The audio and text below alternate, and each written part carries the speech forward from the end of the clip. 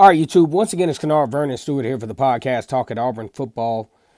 Go ahead and like the video, comment, and subscribe to Vernon Speaks for us. Auburn taking on Georgia State this particular weekend. Auburn coming in as the number 23 team in the country. Like the video, comment, and subscribe. And as always, it's great to be an Auburn Tiger War Eagle.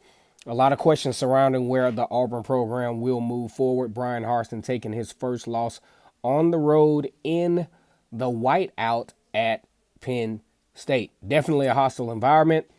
Definitely a situation where, decision making can be a little chopped and screwed, especially on the coaching and player standpoint, especially as far as execution. Now, I think if I had to do all over again, although if Kobe Hudson's end around at the beginning of the second half would have been executed, I'm the kind of guy where I don't like plays like that to begin a half or, to try to execute while the game is still at hand. Auburn only down 14-10 at that point. I just don't see why that kind of play is necessary. Now, if it works, of course, I applaud the execution effort, but that is a very low percentage play, especially giving the ball to a young man who really hasn't touched the ball that much, especially in that type of trajectory. But we got to move on. So, what are y'all thinking? Here's what I'm thinking. I'm thinking you got two running backs. Tank Bigsby, who has about 47 touches with almost 340 yards. You got Jarquez Hunter, who has 27 touches with just as much. I think that's your 1-2 punch. And you got to think about the fact that Shaun Shivers was not even in the football game. This is a guy that is very capable. So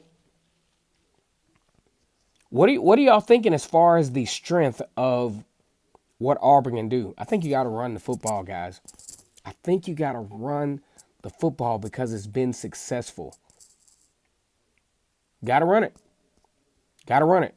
Now, here's what Auburn's got coming up in a little bit. They got Georgia State, obviously, this weekend, then LSU after that, and then the gauntlet of the SEC.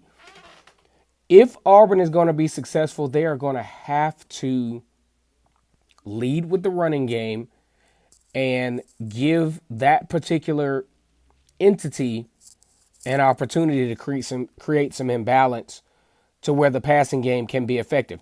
Now, Bo Nix, here's a good game here against Georgia State to where I think he could really start to take advantage of some check down opportunities. Don't go for the home run ball because that shit's not going to work against your SEC counterparts. I really think, you have to have a situation to where I know you want to have a balanced attack with Mike Bobo, but I think you have to abandon that you got to go with what works.